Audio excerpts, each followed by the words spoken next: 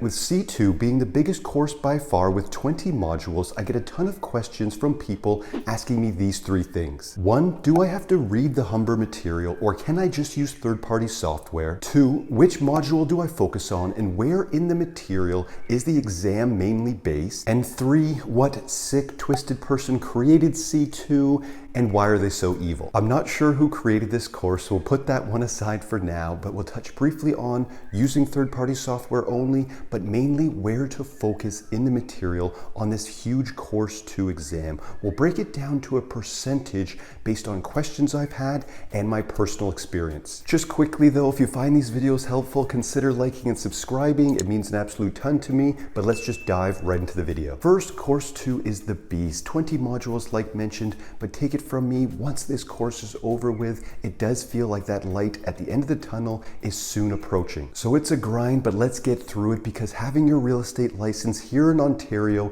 is so valuable. First on the list, and we'll just touch on it again, but using third-party software to pass Course 2. There is my Exam Master mini courses from C1 all the way to Sims 2, and there's also passit.ca. My Exam Master mini courses are kind of an all-in-one package. I put them together to go above and beyond of replacing a tutoring session with myself. I found during the tutoring sessions that it was very hard for the student to retain all of the knowledge I was delivering in a 1-hour session, and it was also quite costly for the student. Now these individual courses have my Exam Master mini notes, I call them, but they are quite in-depth. I have mini quizzes to test yourself. I break down 30+ questions on video so you can really start to understand how they are wording their exams and how to navigate them well, plus extremely valuable, my strong fundamentals I used to pass every exam first try. Look for the Exam Master mini course links in the description below. Choose which course you are on, and those links, as always, are value links for the YouTube family. Passit is also very good. I think they've done a great job with a bunch of MCQs to test yourself, a study buddy, and you can even practice a full exam with a timer and everything. Passit at the time of this video has courses 1 through 4 and the broker exam as well. So a couple options there for you. Of course, you guys are here, you're watching this to pass all exams first try like I did, but when I was going through it actually, you were allowed to fail these exams and it wasn't that costly. Now you fail twice, you're paying for that entire course you were on over again. It's just too expensive to fail. You have to come in more prepared than before. As far as only using third-party software, I'll leave that to you. I do know a few people that are doing that now.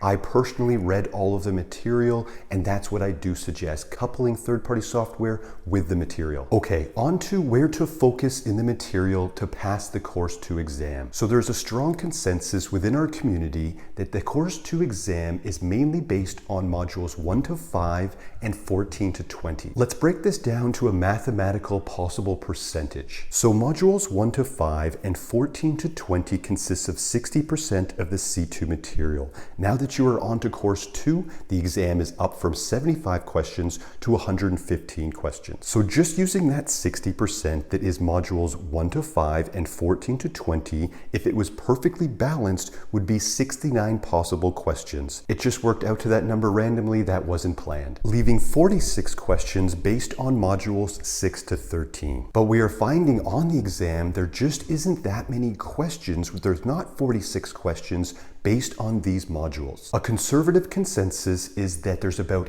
8 to 12 questions based on these modules. So that is actually only 7 to 10% of the exam is based between modules 6 to 13. So that is interesting, but I still do suggest, like mentioned, reading all of the material like I did. I was able to get through the entire program, never reading or studying, over 3 hours a day, and still got the whole program done in 4.5 months. So it can be done in a timely manner, reading it all, but I do know people that just can't sit through this material. It's just not sticking in their minds, or they just don't want to. So if you choose to focus on modules 1 to 5 and 14 to 20, you might be a bit of a gambler, but that being said, you might not mind gambling because you're only giving up about 7% of possible answers on this exam. You need 75% to pass, giving you 25% to play with. And if every question is worth 1 mark, and I know this is based off the Angoff standard setting system, which is a weighted system.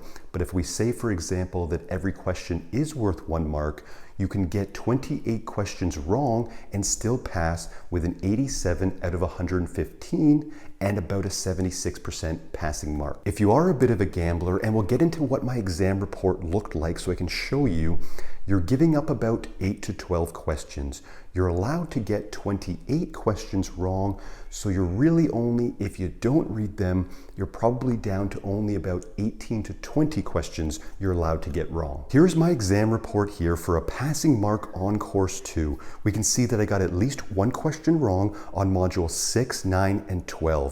1 on roof systems, 1 on preparing to meet with potential sellers, and 1 on preparing to list a residential property. And again, these were modules 6, 9, and 12, so you will of course see a few questions in that range. So I wanted to quick break this down because in our Humber College Real Estate group, we do get the question often. Someone will have their course 2 exam coming up and they will just make a simple post saying, C2 coming up, any tips?